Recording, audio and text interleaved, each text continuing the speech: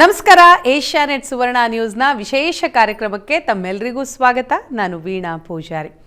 ಜಾತಕ ಫಲ ಕಾರ್ಯಕ್ರಮದಲ್ಲಿ ಇವತ್ತಿನ ದಿನ ಹೇಗಿದೆ, ಇವತ್ತಿನ ಪಂಚಾಂಗ ಏನು, ಇದರ ಜೊತೆಗೆ ದ್ವಾದಶ ರಾಶಿಗಳ ಫಲಾಫಲ ಹೇಗಿದೆ ಅನ್ನೋದನ್ನು ತಿಳಿಯೋಣ. ಇದರ ಜೊತೆಗೆ ವೀಕ್ಷಕರು ಕಳಿಸಿರುವಂತಹ ಸಂದೇಶ ಇದೆ, ಆ ಸಂದೇಶಕ್ಕೆ ಏನು ಪರಿಹಾರ ಇದನ್ನು ಕೂಡ ತಿಳಿಯೋಣ.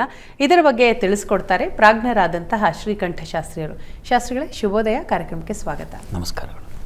ಶಾಸ್ತ್ರಿಗಳೇ, ಮೊದಲೇದಾಗಿ ಇವತ್ತಿನ ದಿನ ಹೇಗಿದೆ ಪಂಚಾಂಗವನ್ನು ತಿಳಿಸ್ಕೊಡೋದಾದರೆ? ಶ್ರೀ ಗುರುಭ್ಯೋ ನಮಃ. ಹರಿ ಓಂ. ಮೂರ್ತಿತ್ವೇ ಪರಿಕಲ್ಪಿತ ಶಶಿಭೃತೌ ವರ್ತ್ಮಾ ಪುನರ್ಜನ್ಮನ ಆತ್ಮೇತ್ಯಾತ್ಮವಿದಾಂ ಕೃತುಶ್ಚಯೇ ಚತಾಂ ಭರ್ತ ಅಮರಜ್ಯೋತಿಷಾಂ ಲೋಕಾನಾಂ ಪ್ರಳಯೋದ್ಭವ ಸ್ಥಿತಿ ವಿಭಶ್ಚಾನೇಕಧಾಯ ಶ್ರಿತೌ ವಾಚನ್ನ ಸಜ್ಜತಾತ್ವನೇಕ ಕಿರಣ ತ್ರೈಲೋಕ್ಯ ದೀಪೋ ರವಿಃ. ಸಮಸ್ತ ವೀಕ್ಷಕರಿಗೆ ಶುಭೋದಯ, ಶುಭ ಬೆಳಗು. ಈ ದಿನದ ಸಂದೇಶಗಳನ್ನು ಪರಿಶೀಲಿಸೋಣ. ತತ್ಪೂರ್ವದಲ್ಲಿ ಹೊತ್ತಿನ ಪಂಚಾಂಗವನ್ನು ಗಮನಿಸಿಕೊಳ್ಳೋಣ. ಶ್ರೀ ವಿಶ್ವಾವಸುನಾಮ ಸಂವತ್ಸರ, ಉತ್ತರಾಯಣ, ವಸಂತ ಋತು, ಚೈತ್ರ ಮಾಸ, ಕೃಷ್ಣ ಪಕ್ಷವಾಗಿದೆ. ಈ ದಿವಸ ಸೋಮವಾರವಾಗಿರತಕ್ಕಂಥದ್ದು. ಅಷ್ಟಮಿ ತಿಥಿ, ಉತ್ತರಾಷಾಢ ನಕ್ಷತ್ರ. ಈ ದಿವಸ ಸೋಮವಾರವಾಗಿದೆ, ಒಳ್ಳೆಯ ವಾರ. ಆದರೆ ಅಷ್ಟಮಿ ಇರುವುದರಿಂದಾಗಿ ಶುಭ ಕಾರ್ಯಗಳನ್ನ ವಾರದಲ್ಲಿ ಒಂದು ಸೋಮವಾರವೋ, ಬುಧವಾರವೋ, ಗುರುವಾರವೋ, ಶುಕ್ರವಾರವೋ, ಅಷ್ಟಮಿಯೋ ಇದು ಬಂದುಬಿಟ್ರೆ ಅಷ್ಟಮಿ, ನವಮಿ, ಚತುರ್ದಶಿ, ಕೃಷ್ಣ ಪಕ್ಷ ಚತುರ್ದಶಿ, ಕೃಷ್ಣ ಪಕ್ಷದಿಂದ ಹೀಗೆಲ್ಲ ಒಳ್ಳೆ ಮಾಸವೂ ಇದೆ, ಒಳ್ಳೆ ಪಕ್ಷ ಇದೆ, ತೊಂದರೆ ಇಲ್ಲ. ಆದರೆ ಹೀಗೆ ಏನು ಅಷ್ಟಮಿ ಇತ್ಯಾದಿಗಳು ಬಂದಾಗ ಸ್ವಲ್ಪ ಮೊದಲಿನ ತಗೋತೀನಿ, ಯಾಕೋ ಸರಿ. ಈ ದಿವಸ ಸೋಮವಾರವಾಗಿದೆ, ಅಷ್ಟಮಿ ತಿಥಿ ಇದೆ. ವಾರದ ಮಟ್ಟಿಗೆ ಶುಭ ವಾರ, ಆದರೆ ಅಷ್ಟಮಿ ಶುಭ ಕಾರ್ಯಗಳಿಗೆ ವರ್ಜ್ಯ, ಅಂದರೆ ಬಿಡಬೇಕು. ಅಷ್ಟಮಿಯಲ್ಲಿ ಮಾಡಲ್ಲ ಸಾಮಾನ್ಯವಾಗಿ. ಅಷ್ಟಮಿ ದಿವಸ ಅಮ್ಮನವ್ರ ಪ್ರಾರ್ಥನೆ, ಅಷ್ಟಮಿ, ನವಮಿ, ಚತುರ್ದಶಿ ಇವುಗಳಲ್ಲಿ ಅಮ್ಮನವ್ರ ಪ್ರಾರ್ಥನೆ ಮಾಡಿಕೊಳ್ಳಿ, ಬಹಳ ಒಳ್ಳೆಯದು. ಅಷ್ಟಮಿ ಚಂದ್ರ ವಿಭ್ರಾಜದಲ್ಲಿ ಕಸ್ಥಲ ಶೋಭಿತ ಅಂತ ಬರುತ್ತಲ್ಲ ಲಲಿತಾ ಸಹಸ್ರನಾಮದಲ್ಲಿ. ಅಷ್ಟಮಿ ಚಂದ್ರನು ನಾವು ಪ್ರತಿ ದಿವಸ ಚಂದ್ರನ ನೋಡಬೇಕು. ಆ ಬಿದಿಗೆ ಚಂದ್ರ ದರ್ಶನ ಅಂತ ಪಂಚಾಂಗದಲ್ಲಿ ಹಾಕಿರ್ತಾರಲ್ಲ, ಅದು ನೋಡಿ ಎಷ್ಟು ಸೊಗಸಾಗಿ ವೃದ್ಧಿ ಚಂದ್ರ ಆಗಿರಬಹುದು. ಆಮೇಲೆ ಪೌರ್ಣಮಿ ಬಂದ ನಂತರದಲ್ಲಿ ಕ್ಷೀಣಿಸ್ತಕ್ಕಂತಹ ಚಂದ್ರ ಆಗಿರಬಹುದು. ಆ್ಯಕ್ಚುಲಾಗಿ ಅದು ವೃದ್ಧಿ ಚಂದ್ರಗೆ ಅಷ್ಟಮಿ ಹೇಳಿದೆ. ಅಷ್ಟಮಿ ಚಂದ್ರ ಅಂದರೆ ಆ ಹಣೆ, ಅಮ್ಮನವರ ಹಣೆ ಹೇಗಿದೆಯಪ್ಪ ಅಂದರೆ ಅಷ್ಟಮಿ ಚಂದ್ರ ವಿಭ್ರಾಜದಲ್ಲಿ ಕಸ್ಥಲ ಶೋಭಿತ. ಅಷ್ಟಮಿ ಚಂದ್ರನ ಹಾಗಿರುತ್ತೆ ಅಂತ, ಹಾಗಿರುತ್ತೆ ಹಣೆ ಅಂತ. ಅಂದರೆ ಚಂದ್ರನ ಯಾವುದಾದ್ರು ದೋಷಗಳಿದ್ದರೆ ಗೌರಿ ಪ್ರಾರ್ಥನೆಯನ್ನು ಹೇಗೆ ಹೇಳಿದೆಯೋ, ಚಂದ್ರನ ದರ್ಶನವೇ ನಮ್ಮ ಎಷ್ಟೋ ಮನಸ್ಸಿನ ದುಃಖಗಳನ್ನು ಅಳಿಸಿಬಿಡುತ್ತೆ. ಶೋಕಗಳನ್ನು, ದುಃಖಗಳನ್ನು ಅಳಿಸುವ ಶಕ್ತಿ ಚಂದ್ರನಿಗಲ್ಲ. ತಾಯಿ ಅವನ ಮಾತೃಕಾರಕ. ಜ್ಯೋತಿಷ ಶಾಸ್ತ್ರದಲ್ಲಿ ಚಂದ್ರನಿಗೆ ಮಾತೃ ಕಾರಕ ಅಂತ ಕರೀತಕ್ಕಂಥದ್ದು. ಹೀಗಾಗಿ ನಾವು ಸಂಕಟವಾದಾಗ ಹೇಗೆ ನಮ್ಮ ತಾಯಿ ಬಳಿಗೆ ಹೋಗಿ ಹೇಳ್ಕೊಳ್ತೀವೋ ಹಾಗೆ ಚಂದ್ರನ ಆರಾಧನೆ ಮಾಡುವುದರಿಂದ, ಚಂದ್ರನಿಗೂ ಹೇಳಿರ್ತಕ್ಕಂತಹ ದೇವತೆ ಗೌರಿಯ ಆರಾಧನೆ ಮಾಡೋದರಿಂದ ನಮ್ಮ ಶೋಕಗಳು ಮತ್ತು ದುಃಖಗಳು ಇವುಗಳೆಲ್ಲ ಅಳಿಸಿ ಹೋಗುತ್ತೆ. ನೀವು ಪ್ರತಿ ದಿವಸ ಚಂದ್ರ ದರ್ಶನ ಮಾಡಿ, ಎಷ್ಟೋ ಮಟ್ಟಿಗೆ ನಿಮ್ಮ ಮನಸ್ಸು ಬಲಯುತವಾಗುತ್ತೆ, ದೌರ್ಬಲ್ಯ ನಾಶವಾಗುತ್ತೆ. ಎಂಥ ಸಂದರ್ಭದಲ್ಲೂ ಗಟ್ಟಿ ಗುಂಡಿಗೆ ಅಂತೀವಲ್ಲ, ಅದು ಬರೋದು ಎಲ್ಲಿಂದ ಅಂದರೆ ಮನಸ್ಸು ದೃಢವಾಗಬೇಕು. ಸಂದರ್ಭವನ್ನು ಹೇಗೆ ವಿವೇಚನೆಯಿಂದ ಎದುರಿಸ್ತೀವಿ, ಹೇಗೆ ನಿಂತ್ಕೊಳ್ತೀವಿ ಅನ್ನೋದು ಬಹಳ ಮುಖ್ಯವಾಗುತ್ತಲ್ಲ. ಅದಕ್ಕೆ ಬೇಕಾಗಿರೋದು ಸ್ಟಫ್ ಎಲ್ಲಿಂದ ಅಂದರೆ ಮನಸ್ಸಿನದ್ದು. ಹೀಗಾಗಿ ಮನಸ್ಸನ್ನು ಸರಿಪಡಿಸ್ತಕ್ಕಂಥವನು ಚಂದ್ರ. ಹೀಗಾಗಿ ಪ್ರತಿ ದಿವಸ ಚಂದ್ರ ದರ್ಶನ ಮಾಡಿ. ಚಂದ್ರನ ಆಹ್ಲಾದ ಕಿರಣಗಳನ್ನು ನಾವು ಸ್ವೀಕರಿಸ್ತಕ್ಕಂಥದ್ದು. ಅದು ಹೇಗೆ ನೀವು ಗಾಳಿ ಸೇವನೆ ಮಾಡ್ತೀರೋ ಹಾಗೆ ಚಂದ್ರನ ಆ ಒಂದು ಕಿರಣಗಳ ಆಸ್ವಾದನೆಯೂ ಬೇಕಾಗುತ್ತೆ ನಮಗೆ. ಅದರಿಂದಲೇ ನಮ್ಮ ಕೋಶಗಳಿದ್ದಾವಲ್ಲ, ಪಂಚಕೋಶಗಳು ನಮ್ಮಲ್ಲಿ, ಅವುಗಳೆಲ್ಲ ಬಲಯುತವಾಗಬೇಕು ಅಂದರೆ ಮುಖ್ಯವಾಗಿ ಚಂದ್ರ ಕಿರಣಗಳು ಬೇಕಾಗುತ್ತೆ. ಹೀಗಾಗಿ ಚಂದ್ರ ದರ್ಶನ ಅದೇ ತುಂಬ ಮುಖ್ಯ. ಈ ದಿವಸ ಸೋಮವಾರ ನೋಡಿ, ಈಶ್ವರನ ವಾರವೂ ಹೌದು. ಚಂದ್ರಮೌಳೀಶ್ವರ ಚಂದ್ರಶೇಖರ ಅಂತ ಅವನಿಗೆ ಶಿವನೂ ಕೂಡ ಅವನು ತುಂಬ ಚೆನ್ನಾಗಿ ಕಾಣ್ತಿರೋದಕ್ಕೆ ಕಾರಣ ಏನಪ್ಪ ಅಂದರೆ ಚಂದ್ರನ ಧರಿಸಿರತಕ್ಕಂಥದ್ದು. ಚಂದ್ರಶೇಖರ ಅಂತ ಅವನಿಗೆ ಹೆಸರು. ಹೀಗಾಗಿ ಈಶ್ವರನಿಗೂ ಚಂದ್ರನ ಅಲಂಕಾರಕ್ಕೆ ಚಂದ್ರ ಬೇಕು. ಹೀಗಾಗಿ ನಮ್ಮ ಮನಸ್ಸಿನ ಅಲಂಕಾರಕ್ಕೂ ಚಂದ್ರ ಬೇಕು.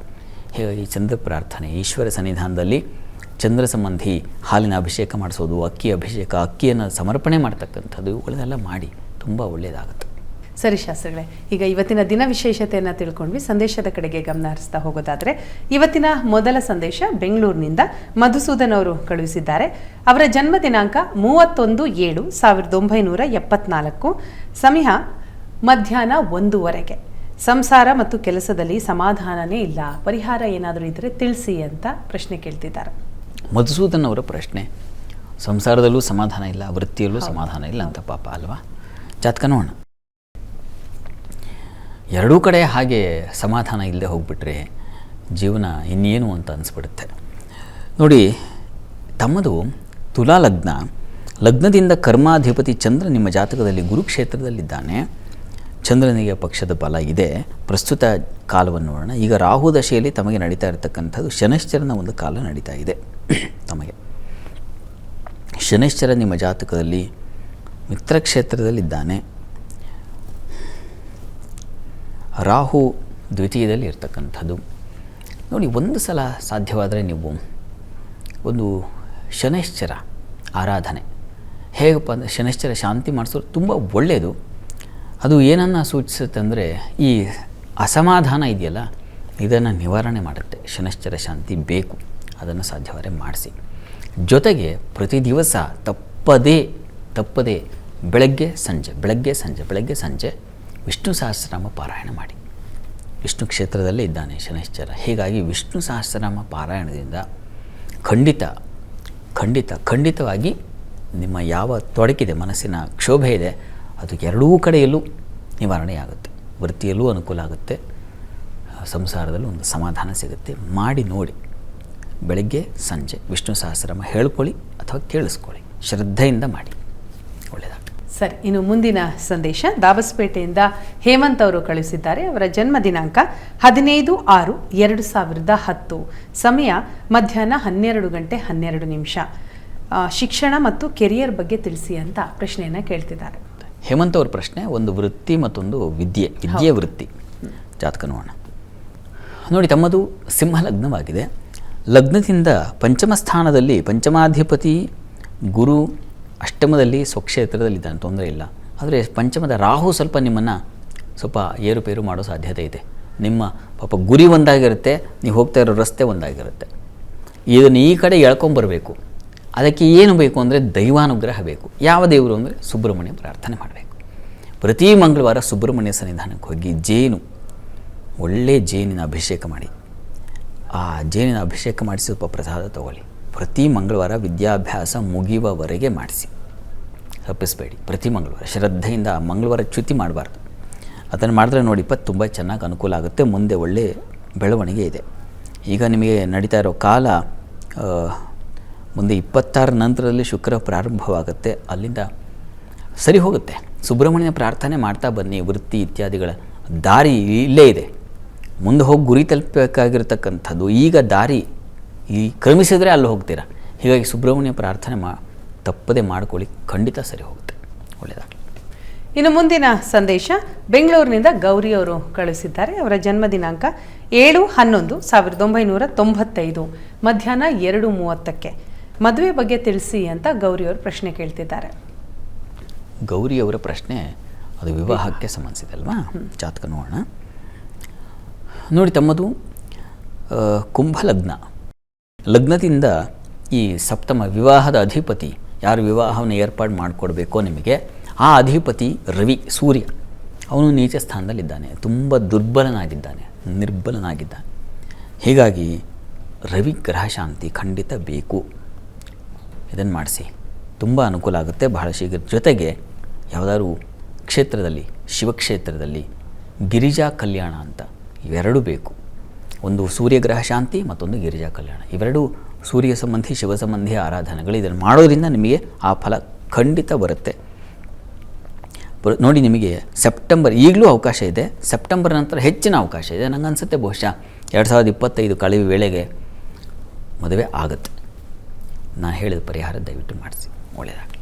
ಸರಿ, ಇನ್ನು ಮುಂದಿನ ಸಂದೇಶ ಮೋನಿಕಾ ಇವರು ಕಳಿಸಿರುವಂಥದ್ದು. ಅವರ ಜನ್ಮ ದಿನಾಂಕ 25/12/2002, ಸಮಯ ಬೆಳಿಗ್ಗೆ 8:55. ಅವರು ಶಿಕ್ಷಣ ಮತ್ತು ಕೆರಿಯರ್ ಬಗ್ಗೆ ತಿಳಿಸಿ, ಇದರ ಜೊತೆಗೆ ಮದುವೆ ಬಗ್ಗೆಯೂ ಹೇಳಿ ಅಂತ ಪ್ರಶ್ನೆಯನ್ನು ಕೇಳ್ತಿದ್ದಾರೆ. ಮೋನಿಕಾ ಅವರ ಪ್ರಶ್ನೆ ವಿದ್ಯಾಭ್ಯಾಸ, ಉದ್ಯೋಗ ಮತ್ತು ಮದುವೆ ಬಗ್ಗೆ ಕೇಳಿದಾರಲ್ವಾ. ಜಾತಕ ನೋಡೋಣ. ನೋಡಿ, ತಮ್ಮದು ಮಕರ ಲಗ್ನದಿಂದ ಪಂಚಮ ಸ್ಥಾನದಲ್ಲಿ ರಾಹು ಇದ್ದಾನೆ, ಅದು ಶುಕ್ರ ಕ್ಷೇತ್ರದಲ್ಲಿ. ಒಂದು ಸಲ ಸಾಧ್ಯವಾದರೆ ಶೃಂಗೇರಿಗೆ ಹೋಗಿ ಬನ್ನಿ, ತುಂಬ ವಿಶಿಷ್ಟವಾದ ಫಲ ಸಿಗುತ್ತೆ. ಅಲ್ಲಿ ಹೋಗಿ ಒಂದು ವಿಶೇಷವಾದ ಸೇವೆ, ಶಾರದಮ್ಮನವರ ಸೇವೆ ಮಾಡಿಸಿ ಬನ್ನಿ, ವಿದ್ಯಾಭ್ಯಾಸಕ್ಕೆ ಸಂಬಂಧಿಸಿದಾಗೆ. ಉಳಿದ ಹಾಗೆ ವೃತ್ತಿಯ ಅಧಿಪತಿ ತುಂಬ ಚೆನ್ನಾಗಿದ್ದಾನೆ, ಸಪ್ತಮಾಧಿಪತಿ ತುಂಬ ಚೆನ್ನಾಗಿದ್ದಾನೆ. ಹೀಗಾಗಿ ನಿಮ್ಮ ಜಾತಕದಲ್ಲಿ ಯಾವುದು ಕೊರತೆ ದೋಷ ಇಲ್ಲ, ವೃತ್ತಿ ಮತ್ತು ವಿವಾಹಕ್ಕೆ ಸಂಬಂಧಿಸಿದ ಹಾಗೆ. ಹೀಗಾಗಿ ಯೋಚನೆ ಮಾಡೋದು ಬೇಡ. ಒಳ್ಳೆಯ ಮನೆ ಸೇರ್ಕೋತೀರಾ, ಒಳ್ಳೆಯ ಶಾಂತವಾಗಿರ್ತೀರಾ, ಒಳ್ಳೆಯ ವಾತಾವರಣದಲ್ಲಿ ಹಿತವಾದ ಏನು ಮನಸ್ಸಿಗೆ ಹಿತವಾದ ವರ ಅಂತೀವಲ್ಲ, ಆ ರೀತಿಯಲ್ಲಿ ನಿಮಗೆ ಮ್ಯಾಚ್ ಅಂಥವರೇ ಸಿಗ್ತಾರೆ. ಯೋಚನೆ ಮಾಡಬೇಡಿ, ಚೆನ್ನಾಗಿದೆ. ಶೃಂಗೇರಿ ಅಮ್ಮನವರು, ಶಾರದಮ್ಮನವ್ರ ದರ್ಶನ ಮಾಡಿ ಬನ್ನಿ, ಅದು ನಿಮಗೆ ಹೆಚ್ಚಿನ ಫಲ ತಂದು ಕೊಟ್ಬಿಡುತ್ತೆ. ಇಷ್ಟೇ ನಿಮಗೆ ಬೇಕಾಗಿರ್ತಕ್ಕಂಥ ಒಂದು ಪರಿಹಾರ, ಸರಳವಾಗಿದೆ, ಒಳ್ಳೆಯದಾಗಲಿ. ಸರಿ, ಇನ್ನು ಮುಂದಿನ ಸಂದೇಶ ಹಾಗೂ ಕೊನೆಯ ಸಂದೇಶ ಮಂಡ್ಯದಿಂದ ಪ್ರಿಯಾಂಕಾ ಅವರು ಕಳುಹಿಸಿರುವಂಥದ್ದು. ಅವರ ಜನ್ಮ ದಿನಾಂಕ 31/5/2009, ಸಮಯ ಬೆಳಿಗ್ಗೆ 6:00. ಈಗ SSLC ಬರೆದಿದ್ದೇನೆ, ಶಿಕ್ಷಣ ಹೇಗಿದೆ ಅನ್ನೋದನ್ನು ದಯವಿಟ್ಟು ತಿಳಿಸಿ ಅಂತ ಪ್ರಿಯಾಂಕಾ ಪ್ರಶ್ನೆ ಕೇಳಿದ್ದಾರೆ. ಪ್ರಿಯಾಂಕಾ ಅವರ ಪ್ರಶ್ನೆ ಶಿಕ್ಷಣ ಹೇಗಿದೆ ಅಂತ ಕೇಳಿದ್ದಾರೆ, ಮುಂದಿನ ದಾರಿ ಕೇಳಿದ್ದಾರೆ.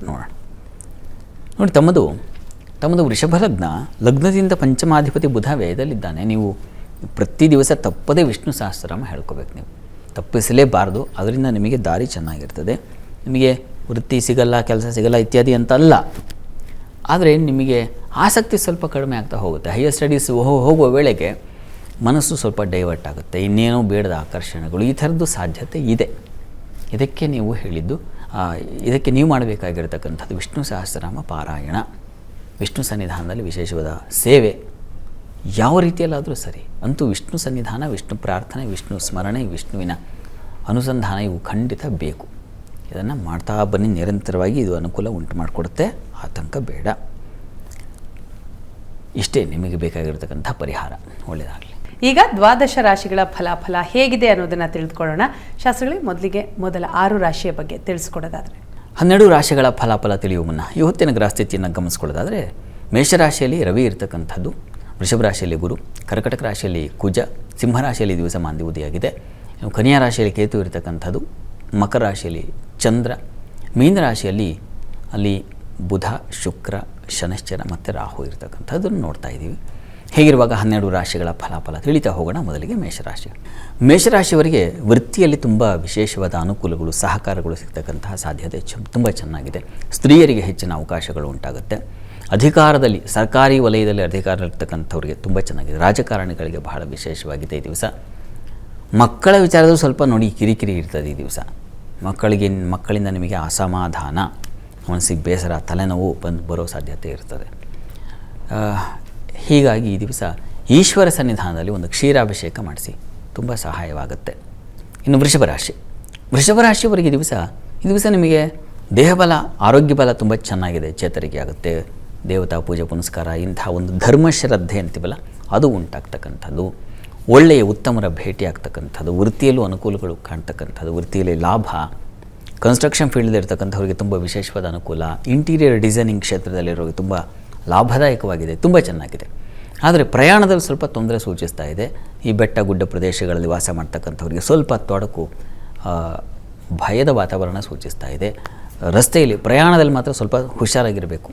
ನಗರ ಪ್ರದೇಶಗಳಲ್ಲಿ ಬಹಳ ಹುಷಾರಾಗಿರಿ. ಪ್ರಾರ್ಥನೆಗೆ ದಿವಸ ಈಶ್ವರನ ಸನ್ನಿಧಾನದಲ್ಲಿ ಒಂದು ಅಭಿಷೇಕ ಮಾಡಿಸಿ. ಇನ್ನು ಮಿಥುನ ರಾಶಿಯವರಿಗೆ ಈ ದಿವಸ ನಿಮಗೆ ಸ್ವಲ್ಪ ಹಣಕಾಸಿನ ನಷ್ಟ ಸೂಚಿಸ್ತಾ ಇದೆ.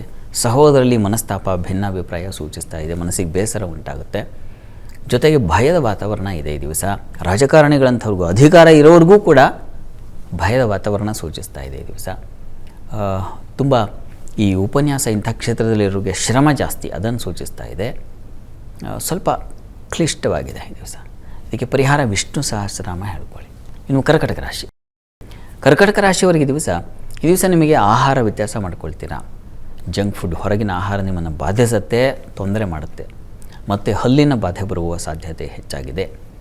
ಇನ್ನು ಇದ್ರ ಜೊತೆಗೆ ಸಂಗಾತಿಯಿಂದ ತುಂಬ ಸಹಕಾರ ಇದೆ, ನಿರೀಕ್ಷೆ ಮಾಡಬಹುದು. ಅವರೇನು ಹೆಲ್ಪ್ ಮಾಡ್ತಾರೆ, ಅದರಿಂದ ಸಮಾಧಾನವೂ ಇದೆ. ವ್ಯಾಪಾರಿಗಳಿಗೆ ತುಂಬ ಚೆನ್ನಾಗಿದೆ. ವೃತ್ತಿಯಲ್ಲಿ ಅನುಕೂಲಕರವಾಗಿದೆ. ಈ ದಿವಸ ಹಣಕಾಸಿನ ತೊಂದರೆಗೊಳಪಡ್ತೀರಾ. ಹಣ ಬರಬೇಕಾದ ಟೈಮಿಗೆ ಬರೋದಿಲ್ಲ, ತುಂಬ ಕಾಯ್ತೀರಾ, ಮತ್ತು ಇನ್ನೆಲ್ಲೋ ಕೈ ಚಾಚಬೇಕಾದ ಪರಿಸ್ಥಿತಿ, ಈ ಥರದ್ದು ಒಂದಿದೆ. ಇದೆಲ್ಲದರ ನಿವಾರಣೆಗೆ ನೀವು ಕೂಡ ಈಶ್ವರ ಸನ್ನಿಧಾನದಲ್ಲಿ ಒಂದು ಅಭಿಷೇಕ ಮಾಡಿಸಿ, ಪಂಚಾಮೃತ ಸೇವೆ ಮಾಡಿಸಿ. ಇನ್ನು ಸಿಂಹರಾಶಿ. ಸಿಂಹರಾಶಿಯವರಿಗೆ ಆರೋಗ್ಯದಲ್ಲಿ ಸ್ವಲ್ಪ ಬಾಧೆ ಇದೆ, ಸ್ವಲ್ಪ ಹುಷಾರು. ಶರೀರಕ್ಕೆ ತರ್ಚೋದು, ಗಾಯ ಆಗೋದು ಇಂಥ ಸಾಧ್ಯತೆ ಇದೆ. ಇದರ ಹೊರತಾಗಿ ಸ್ತ್ರೀಯರಿಗೆ ಅತಿಯಾದ ಖರ್ಚು, ಸಾಲ ಮಾಡಿ ಖರ್ಚು ಮಾಡಬೇಕಾದ ಪರಿಸ್ಥಿತಿ ನಿರ್ಮಾಣ ಆಗಿಬಿಡಬಹುದು, ಅಂಥದ್ದೊಂದು ಲಕ್ಷಣ ಇದೆ. ಬಂಧುಗಳ ಶತ್ರುಗಳ ಬಾಧೆ ಅದನ್ನು ಸೂಚಿಸ್ತಾ ಇದೆ. ಬಂಧುಗಳೇ ಶತ್ರುಗಳಾಗ್ಬಿಡ್ತಾರೆ. ಕೆಲಸದಲ್ಲಿ ಮಾತ್ರ ಸ್ವಲ್ಪ ಅನುಕೂಲಕರ ವಾತಾವರಣ ಇದೆ, ಸಹಾಯ ಸಿಗುತ್ತೆ, ಹಿರಿಯರ ಸಹಾಯ, ಚೆನ್ನಾಗಿ ಬುದ್ಧಿವಂತರು ಅಂತೀವಲ್ಲ ಅಂಥ ಒಬ್ಬರಿಂದಾಗಿ ಒಳ್ಳೆಯ ಮಾರ್ಗದರ್ಶನ, ಗೈಡೆನ್ಸ್ ಸಿಗ್ತಕ್ಕಂಥದ್ದು ತುಂಬ ಚೆನ್ನಾಗಿದೆ. ಪ್ರಾರ್ಥನೆಗೆ ದಿವಸ ಈಶ್ವರನಿಗೆ ಅಕ್ಕಿ ಸಮರ್ಪಣೆ ಮಾಡಿ. ಇನ್ನು ಕನ್ಯಾ ರಾಶಿ. ಕನ್ಯಾ ರಾಶಿಯವರಿಗೆ ಈ ದಿವಸ ನಿಮಗೆ ಲಾಭದಾಯಕವಾಗಿದೆ. ಮಕ್ಕಳ ಸಹಕಾರ ತುಂಬ ಚೆನ್ನಾಗಿರುತ್ತದೆ. ಪ್ರಚಂಡ ಬುದ್ಧಿವಂತಿಕೆಯಿಂದ ಕಾರ್ಯ ಚಟುವಟಿಕೆಗಳಲ್ಲಿ ಜಯಶೀಲರಾಗ್ತೀರಾ, ಜಯ ಸಿಗುತ್ತೆ. ಮುಖ್ಯವಾಗಿ ವ್ಯಯವೂ ಇದೆ. ಕಣ್ಣಿನ ಬಾಧೆ, ಕಾಲಿನ ಬಾಧೆ ಸೂಚಿಸ್ತಾ ಇದೆ. ಸ್ವಲ್ಪ ಹುಷಾರಾಗಿ ಓಡಾಡಿ. ಚೆನ್ನಾಗಿ, ಹೆಚ್ಚಿನ ಪಾಲು ಚೆನ್ನಾಗಿದೆ. ಕೆಲಸದಲ್ಲಾಗಬಹುದು, ವ್ಯಾಪಾರದಲ್ಲಾಗಬಹುದು, ಮಕ್ಕಳ ವಿಚಾರದಲ್ಲಾಗಬಹುದು, ಇದ್ಯಾವುದೋ ಸಭೆ ಮೀಟಿಂಗ್ಗಳು ಈ ಥರದ್ದು ಸಂದರ್ಭಗಳಲ್ಲಿ ತುಂಬ ವಿವೇಚನೆಯಿಂದ ಮಾತಾಡ್ತಕ್ಕಂಥದ್ದು, ಗೌರವ ಸಿಗ್ತಕ್ಕಂಥದ್ದು ತುಂಬ ಚೆನ್ನಾಗಿದೆ. ಪ್ರಾರ್ಥನೆಗೆ ದಿವಸ ನೀವು ಕೂಡ ಈಶ್ವರ ಸನ್ನಿಧಾನದಲ್ಲಿ ಒಂದು ವಿಶೇಷ ಅಭಿಷೇಕ ಮಾಡಿಸೋದು ಒಳ್ಳೆಯದು. ಇನ್ನು ತುಲಾರಾಶಿ. ತುಲಾರಾಶಿಯವರಿಗೆ ಈ ದಿವಸ ನಿಮಗೆ ಸ್ನೇಹಿತರ ಸಹಕಾರ ತುಂಬ ಚೆನ್ನಾಗಿದೆ. ಒಳ್ಳೆಯ ಉತ್ತಮ ಪ್ರಯಾಣ ಈ ದಿವಸ, ಸುಖ ಪ್ರಯಾಣ ಅಂತೀವಲ್ಲ ಆ ರೀತಿಯಲ್ಲಿ. ಮತ್ತು ಈ ದಿವಸ ನಿಮಗೆ ಬಂಧುಗಳ ಜೊತೆಗಿನ ಒಡನಾಟ ತುಂಬ ಚೆನ್ನಾಗಿರುತ್ತೆ. ಸುಹೃನ್ ಮಿತ್ರರಾಗಿರ್ತಾರೆ, ಅವರು ಕೂಡ ಬಂಧುಗಳೇ ಮಿತ್ರರಾಗ್ಬಿಡ್ತಾರೆ, ಆ ಥರ ವರ್ತನೆ ಇದೆ. ಲಾಭ ಇದೆ ಈ ದಿವಸ. ವ್ಯಾಪಾರದಲ್ಲೂ ಅನುಕೂಲಕರವಾಗಿದೆ. ವೃತ್ತಿಯಲ್ಲೂ ಬಹಳ ವಿಶೇಷವಾದ ಫಲಗಳನ್ನು ಕಾಣ್ತೀರ. ಈ ದಿವಸ ತುಂಬ ಚೆನ್ನಾಗಿದೆ. ಸಮಾಧಾನ, ಅಷ್ಟಾಗಿ ಕಿರಿಕಿರಿ ಇಲ್ಲ, ನಡೆಯುತ್ತೆ. ಪ್ರಾರ್ಥನೆ ಈ ದಿವಸ ಇಷ್ಟ ದೇವತಾರಾಧನೆ ಮಾಡಿ. ಇನ್ನು ವೃಶ್ಚಿಕ ರಾಶಿ. ವೃಶ್ಚಿಕ ರಾಶಿಯವರಿಗೆ ಈ ದಿವಸ ವೃತ್ತಿಯಲ್ಲಿ ಸ್ವಲ್ಪ ಕಿರಿಕಿರಿಗಳಿದ್ದಾವೆ, ಅಸಮಾಧಾನ ಏರ್ಪಾಡಾಗುತ್ತೆ. ಯಾರೋ ಏನೋ ಅಂದುಬಿಡ್ತಾರೆ, ನಿಮ್ಮ ಕೆಲಸ ಸರಿ ಇಲ್ಲ, ಅಷ್ಟಾಗಿ ಗಂಭೀರವಾಗಿ ಮಾಡಿಲ್ಲ, ಸ್ವಚ್ಛವಾಗಿಲ್ಲ, ನೀಟಾಗಿ, ಈ ಥರದ್ದು ಏನೋ ಅಂತೂ ಅಲ್ಲಿ ತೊಂದರೆ, ಪ್ರಮಾದ ಸೂಚಿಸ್ತಾ ಇದೆ. ಬಹಳ ಎಚ್ಚರಿಕೆಯಿಂದ ಕೆಲಸಗಳನ್ನು ಮಾಡಿ. ಉಳಿದ ಹಾಗೆ ಸಹೋದರ ಸಹಕಾರ ಚೆನ್ನಾಗಿದೆ. ಸೇವಕರು ಸಹಾಯ, ಮನೆ ಕೆಲಸ ಎಲ್ಲ ಅರ್ಧ ಬಿಟ್ಟು ಓಡಬೇಕಾಗತ್ತೆ. ಆಫೀಸಿಗೆ ಯಾವುದೋ ಒಂದು ಕಾಲ್ ಬಂತು ಹೋಗೋದು, ಅಲ್ಲಿ ಮತ್ತೆ ಅಲ್ಲಿನೂ ತೊಡ್ಕೋದು, ಅದು ಸಹಜವಾಗಿದೆ. ಹೀಗಾಗಿ ಆ ಕೆಲಸಗಳನ್ನೆಲ್ಲ ಪಾಪ ಯಾರು ನಚ್ಕೊಂಡಿದ್ರು ಅವರು ಪೂರೈಸ್ತಾರೆ. ಸಹಕಾರ ಸಿಗುತ್ತೆ. ಮನೆಗೆ ಯಾರು ಬಂದಂತಹ ಅತಿಥಿಗಳು ಮತ್ತೊಬ್ಬರು ಅವರೇ ಪಾಪ ಸಹಾಯ ಮಾಡ್ತಕ್ಕಂಥದ್ದು, ಇದೆಲ್ಲ ಚೆನ್ನಾಗಿದೆ. ಇನ್ನು ಈ ದಿವಸ ಸಂಗಾತಿಯ ವಿಚಾರದಲ್ಲಿ ಸ್ವಲ್ಪ ಸಮಾಧಾನ, ಯಾವುದೇ ಮನಸ್ತಾಪಗಳಿಲ್ಲದೆ ಒಂದು ಸೌಖ್ಯದ ವಾತಾವರಣ ಇದೆ. ವ್ಯಾಪಾರಿಗಳಿಗೆ ತುಂಬ ಚೆನ್ನಾಗಿದೆ. ಹೆಚ್ಚಿನ ಪಾಲು ಚೆನ್ನಾಗಿದೆ. ಕೆಲಸದ ವಿಚಾರ ಸ್ವಲ್ಪ ಹುಷಾರಾಗಿರಬೇಕು. ನೀವು ತಪ್ಪದೇ ಈಶ್ವರ ಸನ್ನಿಧಾನದಲ್ಲಿ ಬಿಲ್ವಾರ್ಚನೆ ಮಾಡಿಸಿ ಈ ದಿವಸ. ಇನ್ನು ಧನುರಾಶಿ. ಧನುರಾಶಿಯವರಿಗೆ ದಿವಸ ಒಳ್ಳೆಯ ಸುಗ್ರಾಸ ಭೋಜನ, ಉತ್ತಮ ಒಡನಾಟ, ಸ್ತ್ರೀಯರಿಗೆ ಹಣಕಾಸಿನ ವಹಿವಾಟು ತುಂಬ ಚೆನ್ನಾಗಿರ್ತದೆ. ಸಹಾಯಗಳಾಗ್ತಕ್ಕಂಥ ಅನುಕೂಲ ಇದೆ. ಮಾತಿನ ಕೌಶಲ್ಯ ಚೆನ್ನಾಗಿರ್ತದೆ. ತುಂಬ ವಿವೇಚನೆಯಿಂದ ಮಾತಾಡಿ ಸಂದರ್ಭಗಳನ್ನು ನಿಭಾಯಿಸುವ ಶಕ್ತಿ ಇದೆ. ಸಂಗಾತಿಯ ಸಪೋರ್ಟ್ ತುಂಬ ಚೆನ್ನಾಗಿದೆ ಈ ದಿವಸ. ವೃತ್ತಿಯಲ್ಲೂ ಅನುಕೂಲಕರ ವಾತಾವರಣ ಇದೆ. ಹೆಚ್ಚಿನ ಏನೂ ತೋಡಕ್ಕಿಲ್ಲ, ಆತಂಕ ಬೇಡ. ಪ್ರಾರ್ಥನೆಗೆ ನೀವು ಕೂಡ ಗುರುಸ್ಮರಣೆ, ಇಷ್ಟ ದೇವತಾ ಆರಾಧನೆ ಯಾವುದಾದ್ರೂ ಮಾಡಬಹುದು. ಇನ್ನು ಮಕರ ರಾಶಿ. ಮಕರ ರಾಶಿಯವರಿಗೆ ಈ ದಿವಸ ನಿಮಗೆ ಸಂಗಾತಿಯಿಂದ ಸಹಕಾರ ತುಂಬ ಚೆನ್ನಾಗಿದೆ. ಅನ್ಯೋನ್ಯತೆ ಉಂಟಾಗುತ್ತೆ. ವ್ಯಾಪಾರದಲ್ಲಿ ಬಹಳ ವಿಶೇಷವಾದ ಅನುಕೂಲ ಸಿಗುತ್ತೆ. ವೃತ್ತಿಯಲ್ಲಿ ಹೆಚ್ಚಿನ ಅನುಕೂಲಗಳು. ಈ ವಸ್ತ್ರ ವ್ಯಾಪಾರ, ಹರಳು, ಹಾಲು, ಹೈನು ಇಂಥ ಕ್ಷೇತ್ರದಲ್ಲಿರೋರಿಗೆ ತುಂಬ ಚೆನ್ನಾಗಿದೆ. ಮುಖ್ಯವಾಗಿ ಸ್ತ್ರೀಯರ ಉಪಕರಣಗಳು, ಉಡುಗೆ ತೊಡುಗೆ ಇವುಗಳಿಗೆ ಸಂಬಂಧಿಸಿರ್ತಕ್ಕಂಥ ಕ್ಷೇತ್ರ ತುಂಬ ಲಾಭದಾಯಕವಾಗಿದೆ. ಇನ್ನು ಈ ದಿವಸ ಮಿತ್ರರ ಸಹಾಯ ತುಂಬ ಚೆನ್ನಾಗಿದೆ. ಅಧಿಕಾರಿಗಳಿಗೆ ತುಂಬ ಚೆನ್ನಾಗಿರ್ತದೆ. ರಾಜಕಾರಣದಲ್ಲಿರ್ತಕ್ಕಂಥವರಿಗೆ, ಗೌರ್ಮೆಂಟ್ ಜಾಬ್ಗಳಲ್ಲಿ ಕೆಲಸ ಮಾಡೋರಿಗೆ ತುಂಬ ಚೆನ್ನಾಗಿದೆ, ಸಹಾಯ ಸಿಗುತ್ತೆ. ಆದರೆ ಈ ದಿವಸ ಒಂದು ಸೋಲು, ಮುಖಭಂಗ ಈ ಥರದ್ದೂ ಒಂದು ಲಕ್ಷಣ ಇದೆ. ಇದರ ನಿವಾರಣೆಗೆ ಆಂಜನೇಯನ ಪ್ರಾರ್ಥನೆ ಮಾಡಿ. ಇನ್ನು ಕುಂಭರಾಶಿ. ಕುಂಭರಾಶಿಯವರಿಗೆ ದಿವಸ ಆಪ್ತರಿಂದ ಅತಿ ವ್ಯಯ ಸೂಚಿಸ್ತಾ ಇದೆ. ತುಂಬ ಇಷ್ಟಪಟ್ಟವರಿಗಾಗಿ ಎದ್ದು ಬದಿದ್ದೆಲ್ಲ ತಕ್ಕೊಡ್ಬೇಕಾದ ಪರಿಸ್ಥಿತಿ ಬರ್ತದೆ. ನೀವೇ ಶ್ಯೂರಿಟಿ ಹಾಕಬೇಕು, ನೀವೇ ಓಡಾಡಬೇಕಾಗುತ್ತೆ. ಬ್ಯಾಂಕು ಅದು ಇದು ಅಲೆದಾಟ ಸೂಚಿಸ್ತಾ ಇದೆ. ಅಲೆದಾಟ ಪರಿಶ್ರಮಯುತವಾಗಿರುತ್ತೆ. ಸಂಗಾತಿಯಲ್ಲೂ ಅಷ್ಟೇ ಮನಸ್ತಾಪ, ಭಿನ್ನಾಭಿಪ್ರಾಯ, ಬೇಜಾರು, ಕಲಹ ಈ ಥರದ್ದನ್ನೆಲ್ಲ ಸೂಚಿಸ್ತಾ ಇದೆ. ಈ ದಿವಸ ಸ್ವಲ್ಪ ಕ್ಲಿಷ್ಟ ವಾತಾವರಣ ಇರ್ತದೆ. ಹೆಣ್ಣುಮಕ್ಳಿಗೆ ಬಹಳ ಅತಿಯಾದ ಸ್ವಲ್ಪ ಸಂದಿಗ್ಧ ವಾತಾವರಣ. ಉಳಿದ ಹಾಗೆ ದಿವಸ ಧೈರ್ಯ ಇಲ್ವಾ? ಖಂಡಿತ ಇದೆ. ರವಿಯಿಂದಾಗಿ ಧೈರ್ಯ, ಸಾಹಸ ಇದೆ, ಬಲ ಇದೆ. ಮತ್ತು ಗುರು ಮಿತ್ರರಿಂದ ಸಹಾಯ ತುಂಬ ಚೆನ್ನಾಗಿದೆ. ಮಿಶ್ರವಾಗಿದೆ, ಶುಭಾಶುಭ ಮಿಶ್ರ ಫಲ ಈ ದಿವಸ. ಪ್ರಾರ್ಥನೆಗೆ ಈಶ್ವರ ಸನ್ನಿಧಾನದಲ್ಲಿ ಪಂಚಾಮೃತ ಸೇವೆ ಮಾಡಿಸ್ಬೇಕು. ಇನ್ನು ಮೀನರಾಶಿ. ಮೀನರಾಶಿಯವರಿಗೆ ಈ ದಿವಸ ಮಾತಿನ ಬಲ, ಮಾತಿನ ಜೋರು, ಅದರಿಂದ ಕಾರ್ಯ ತೆಗೆಸ್ಕೊಳ್ತಕ್ಕಂಥ ಕೆಲಸ ಮಾಡಿಸೋದು ಹೇಗೆ ಅಂದರೆ ಜೋರಾಗಿ ಮಾತಾಡಿ, ಅದು ಚೆನ್ನಾಗಿದೆ ಈ ದಿವಸ, ಅನುಕೂಲ ಇದೆ. ರಾಜಕಾರಣಿಗಳಿಗೆ ಅನುಕೂಲಕರವಾಗಿದೆ. ಇನ್ನು ಸರ್ಕಾರಿ ವಲಯದಲ್ಲಿರ್ತಕ್ಕಂಥವ್ರಿಗೆ ತುಂಬ ಚೆನ್ನಾಗಿದೆ. ಹಣಕಾಸಿನ ವಹಿವಾಟು ತುಂಬ ಚೆನ್ನಾಗಿರುತ್ತೆ. ವೃತ್ತಿಯಲ್ಲೂ ಲಾಭದಾಯಕವಾಗಿದೆ. ಏನು ಹಾಲು ಹೈನುಗಾರರಿಗೆ ಬಹಳ ವಿಶೇಷವಾದ ಲಾಭ ಸಿಗುತ್ತೆ ಈ ದಿವಸ. ಜಲಸಂಬಂಧಿ ಜಲಕ್ಷೇತ್ರ ಯಾವುದಿದೆ ಅದೆಲ್ಲ ತುಂಬ ಚೆನ್ನಾಗಿದೆ. ಸ್ತ್ರೀಯರ ಏನು ಅವರ ವ್ಯವಹಾರ ಉಡುಗೆ ತೊಡುಗೆ ಅಂತ ಏನಂತೀವಿ, ಅವುಗಳಿಗೆ ಸಂಬಂಧಿಸಿರ್ತಕ್ಕಂಥ ಕ್ಷೇತ್ರಗಳಲ್ಲೂ ವ್ಯಾಪಾರ ಅಧಿಕವಾಗಿರುತ್ತೆ, ಲಾಭದಾಯಕವಾಗಿದೆ. ಸ್ವಲ್ಪ ಶರೀರಕ್ಕೆ ಪೆಟ್ಟು ಬೀಳಬಹುದು ಈ ದಿವಸ. ಹೀಗಾಗಿ ಆದಿತ್ಯ ಹೃದಯ ಕೇಳಿಸ್ಕೊಳ್ಳಿ ಅಥವಾ ಹೇಳ್ಕೊಳ್ಳಿ. ಈ ದಿವಸ 12 ರಾಶಿಗಳವರು, ರಾಶಿ ಗೊತ್ತಿಲ್ಲ ಅಂತಕ್ಕಂಥವ್ರು ಹೇಳಬಹುದಾದ ಮಂತ್ರ ಗಮನಿಸಿ. ಓಂ ವಿರೂಪಾಕ್ಷಾಯ ನಮಃ ಈ ಮಂತ್ರ ಹೇಳ್ಕೊಳ್ಳಿ. ಶಿವನ ಮಂತ್ರ ಅನುಕೂಲ ಆಗ್ತದೆ. ಸರಿ ಶಾಸ್ತ್ರಿಗಳೇ, ಇವತ್ತಿನ ಸಂಚಿಕೆಯಲ್ಲಿ ಸಾಕಷ್ಟು ವಿಚಾರವನ್ನು ನಮ್ಮ ವೀಕ್ಷಕರಿಗೆ ತಿಳಿಸ್ಕೊಟ್ಟಿದ್ದೀರಿ. ತುಂಬ ಧನ್ಯವಾದಗಳು.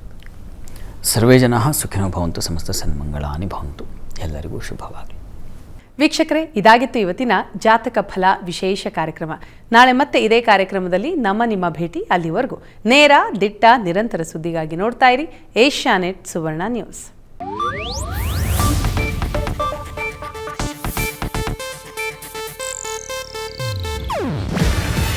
ಇದು ಏಷ್ಯಾನೆಟ್ ನ್ಯೂಸ್ ನೆಟ್ವರ್ಕ್ ಪ್ರಸ್ತುತಿ. ನೀವು ನೋಡ್ತಿದ್ದೀರಾ ಏಷ್ಯಾನೆಟ್ ಸುವರ್ಣ ನ್ಯೂಸ್.